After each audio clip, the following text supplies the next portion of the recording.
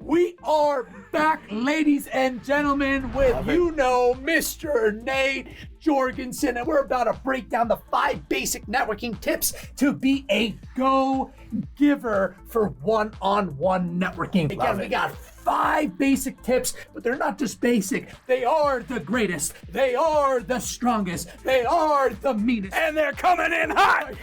I don't know what happened there, but I got excited. Let's go. Muhammad Ali style. But first, we got a gift for you because we care about you taking what you know and transforming it into an online course that will sell so you can have more time for your loved ones and to do the things that you love. It's in this masterclass. You will learn how to develop an online course in 90 days or less, save you tens of thousands of dollars in the process. But we're going to jump into these networking tips first. So, all right. With that being said, number 1, you know what the problem is, Nate? With what? I don't, so I'm excited. A lot of people show up, like let's say we're meeting one-on-one for the first time. A lot of people just show up and they're like, oh, hey, I didn't do any research about you, and nice beard. Which is a great way to start a meeting with me, honestly, because we're going to have a good time. No, but you're 100% right. Some people show up to a networking one-on-one and they just kind of sit down and just look at you. And they don't research. You have to research. And research doesn't mean just look them up in the calendar as you're walking into the coffee shop and make sure you know their name and then cross-reference it on LinkedIn to see if you can figure out what they look like. That's not what we're talking about with research.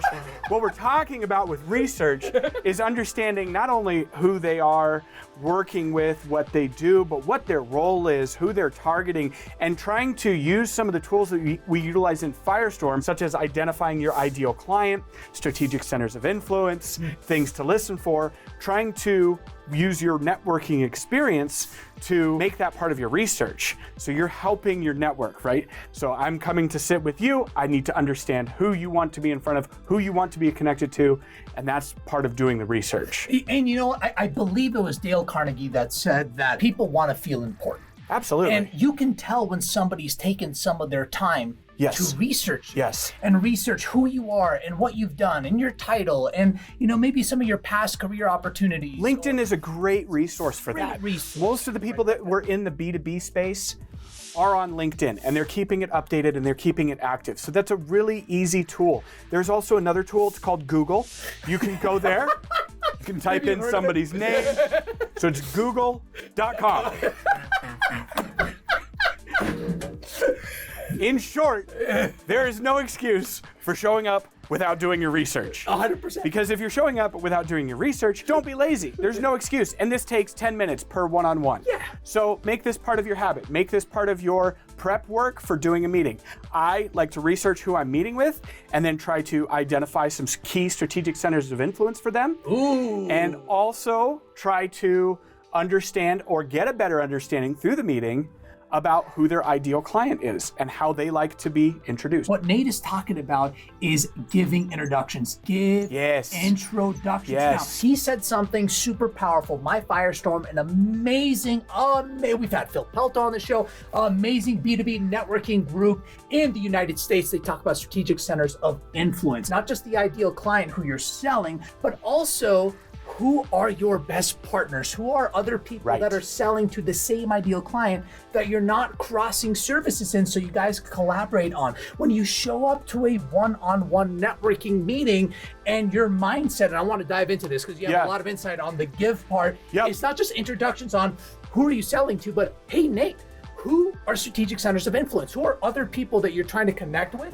that are selling to the same people they can build partnerships with? Exactly. Give intros there. Talk about it. And just being generous with that and having that abundance mindset and going in and giving first. I think that's critical because it establishes you as a well-connected resource and you're helping someone grow their network, which is more valuable, in my opinion, than just an introduction to a possible end user. Growing your network means that you're growing your pipeline resources, right? So I like to have that abundance mentality and find out, Hector, who do you need to meet? And better yet, instead of saying, Hector, who do you need to meet? And putting the workload on you, Hector, I've done the research and it looks like you need to meet these people in this industry doing this because they're probably also talking to your ideal client. I love that, man. Just the abundance mentality, right? Yes. And like we've talked about before, even, when we were preparing this videos, giving is super important, just in business. It's critical. If you show up to a meeting and your mentality is to learn and to give, without expecting anything in return, the returns happen to be huge. So it's not just about giving intros, but another thing, which goes to number 3, is about giving resources. Resources. So what does that mean? So that's just a little bit deeper on the giving introductions. It still ties into it. You're sharing resources with the other person you're doing a one-on-one with and helping them continue to get connected. And so if I know a great business broker, or I know somebody that does IT because they shared with me that their computer was down today, or I know somebody that can help them with their lawn maintenance or their sprinkler blowout or whatever, giving resources. It's beyond just the immediate circle of introductions. There's other things that are personal, that are professional, that are just fun. I've made introductions for 2 people that just like to have fly fishing experience. I mean, that's a great introduction. Awesome. Who wouldn't want another fly fishing buddy? Yeah. So, I mean, that's cool. It's because, again, at the end of the day, when you're truly one-on-one networking, what you're doing is you are not selling. You are learning and building a relationship. Right. And you're also not sitting down saying, gimme, gimme, gimme, gimme. Yeah. What can you do for me? What have you done for me? When am I going to get to work on your projects? When am I going to get to do this and that? And you're not going to get to do shit unless you give. Which is why this book, The Go-Giver, if you have not read The Go-Giver, it's linked below. Click the link. You have to read this book. I'm dyslexic. It takes me 15,000 years to read a book that's 120 pages. But you still get it done. Yeah, this one took me like less than 3 days because of how infatuated I was with it. That's awesome. What it talks about. It is learning, giving, helping other people, not expecting anything in return. Whether if it's partners or leads or clients or one-on-ones or at networking events, whatever the case may be. It's applicable over all kinds of range of topics and interactions. Everything. Yeah. It makes business so much more fulfilling. Right. And that is the 3rd thing. Oh, sorry, the 4th thing. I'm juggling here. That's okay. I can't count either. This is the 9th thing. Yeah. Number 4. Okay, number 4. Yeah. Right. Which number 4? We kind of tease this. Go-Giver talks about this. We've talked about this. Yep. Which is teaching and educating. Leads and partners. Right. So when you're doing these one-on-ones, one of the aspects of that interaction should be about giving a little bit of an education on your business, who you're targeting, who you're looking to be connected with, and what your ideal client looks like. You can almost make your network an extension of your business development efforts. You can almost make your entire network your sales team if you educate them and if you do it correctly. Now again, if you sit down and I sit down with you and I say, Hector, here's what I do and here's all the things that I do, now go out and get me some leads, that's not happening.